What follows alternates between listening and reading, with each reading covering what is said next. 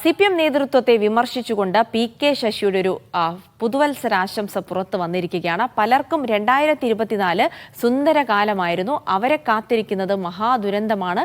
കൂടെ നിന്ന് കുതികാൽ വെട്ടിയും ചതിച്ചും സുഖിക്കാമെന്ന് കരുതേണ്ടെന്നും ഫേസ്ബുക്കിൽ പോസ്റ്റ് ചെയ്ത കുറിപ്പിൽ അദ്ദേഹം പറയുന്നുണ്ട്. നന്ദഗോപാലാണ് വിവരങ്ങൾ നൽകാനായി ചേരുന്നത്. നന്ദഗോപാൽ, 2024 സംബന്ധിച്ചിടത്തോളം പലർക്കും സുന്ദരകാലമായിരുന്നു എങ്കിൽ PK ശശിക്ക് അങ്ങനെ ആയിരുന്നില്ല. കാരണം പാർട്ടി നടപടി നേരിട്ടു, പിന്നീട് CITU ജില്ലാ പ്രസിഡന്റ് സ്ഥാനത്തടക്കം നീക്കം ചെയ്തു. അങ്ങനെ ഒരുപാട് തിരിച്ചടികൾ നേരിട്ട വർഷമായിരുന്നു. അപ്പോൾ ആർക്ക് നേരെയാണ് ഈ വിമർശനം ഉയരുന്നത് നന്ദഗോപാൽ? ജില്ലാ നേതൃത്വത്തിനെതിരെയായിരിക്കും ഒരുപക്ഷെ PK ശശി ഇത്തരത്തിലൊരു വിമർശനം ഉയർത്തിയത് എന്നുള്ളതാണ് മനസ്സിലാക്കുന്നത്. അതായത് അദ്ദേഹത്തിനെതിരെ സാമ്പത്തിക ക്രമക്കേടുകളൊക്കെ കണ്ടെത്തിയതിനെ തുടർന്ന് ശക്തമായ നടപടി ജില്ലാ നേതൃത്വം സ്വീകരിച്ചിരുന്നു. ആദ്യം അദ്ദേഹത്തെ തരം താഴ്ത്തുകയാണ് ചെയ്തത്. പിന്നീട് അദ്ദേഹം CITU ജില്ലാ പ്രസിഡന്റ്, ഒപ്പം ചുമട്ടുതൊഴിലാളി യൂണിയൻ പ്രസിഡന്റ് എന്നീ സ്ഥാനങ്ങളിൽ നിന്നും ശശിയെ നീക്കം ചെയ്യുകയും അദ്ദേഹത്തിനെതിരെ മറ്റ് നടപടികൾക്ക് സംസ്ഥാന നേതൃത്വത്തിന് ശുപാർശ ചെയ്യുകയും ചെയ്തിട്ടുണ്ടായിരുന്നു. ഈ ഘട്ടത്തിലൊന്നും ഒരു പരസ്യ പ്രതികരണത്തിന് തയ്യാറാവാത്ത ശശി ഇപ്പോഴാണ് ഫേസ്ബുക്ക് പോസ്റ്റിലൂടെ ഒരു ഒളിയമ്പുമായി രംഗത്തെത്തിയിട്ടുള്ളത്. പലർക്കും ഈ 2024 സുന്ദരകാലമായിരുന്നു, പക്ഷെ അവരെ മഹാദുരന്തമാണ് കാത്തിരിക്കുന്നത്. ഈ ഒരു പ്രസ്ഥാനത്തെ പിടിച്ചുപറിയും കൊള്ളയും നടത്തിയ പണം കൊണ്ട് വെള്ളപുതപ്പിച്ചു, കൂടെ നിന്ന് കുതികാല് വെട്ടിയും ചതിച്ചും സൃഷ്ടിക്കാമെന്ന് കരുതണ്ട എന്നുൾപ്പെടെയുള്ള വാക്കുകളാണ് ഈ ഒരു ഫേസ്ബുക്ക് പോസ്റ്റിൽ ഉപയോഗിച്ചിരിക്കുന്നത്.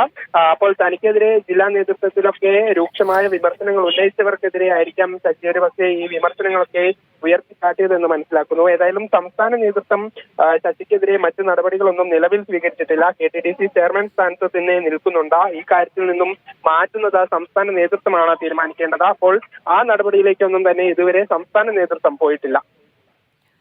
അപ്പോൾ സ്വാഭാവികമായും നന്ദഗോപാൽ, നമ്മൾ ഉദ്ദേശിക്കുന്നത് പോലെ തന്നെ ജില്ലാ നേതൃത്വത്തിനെതിരെയുള്ള വിമർശനമാണ്. കാരണം സംസ്ഥാന നേതൃത്വം അക്കാര്യത്തിൽ ഇടപെട്ടിട്ടില്ല എന്നുള്ളത് കൊണ്ട് തന്നെ അവിടെ സംസ്ഥാന നേതൃനിരയിലേക്കുള്ള വിമർശനമായി അതിനെ കാണേണ്ടതില്ല, അല്ലേ? ഒരുപക്ഷെ അങ്ങനെ ആയിരിക്കാം. അതായത് ഇവിടെ ചേരുന്ന ഓരോ സെക്രട്ടേറിയറ്റിലും ഉൾപ്പെടെ അദ്ദേഹത്തിനെതിരെ വലിയ രീതിയിലുള്ള വിമർശനങ്ങളൊക്കെ ഉയരാറുണ്ട്.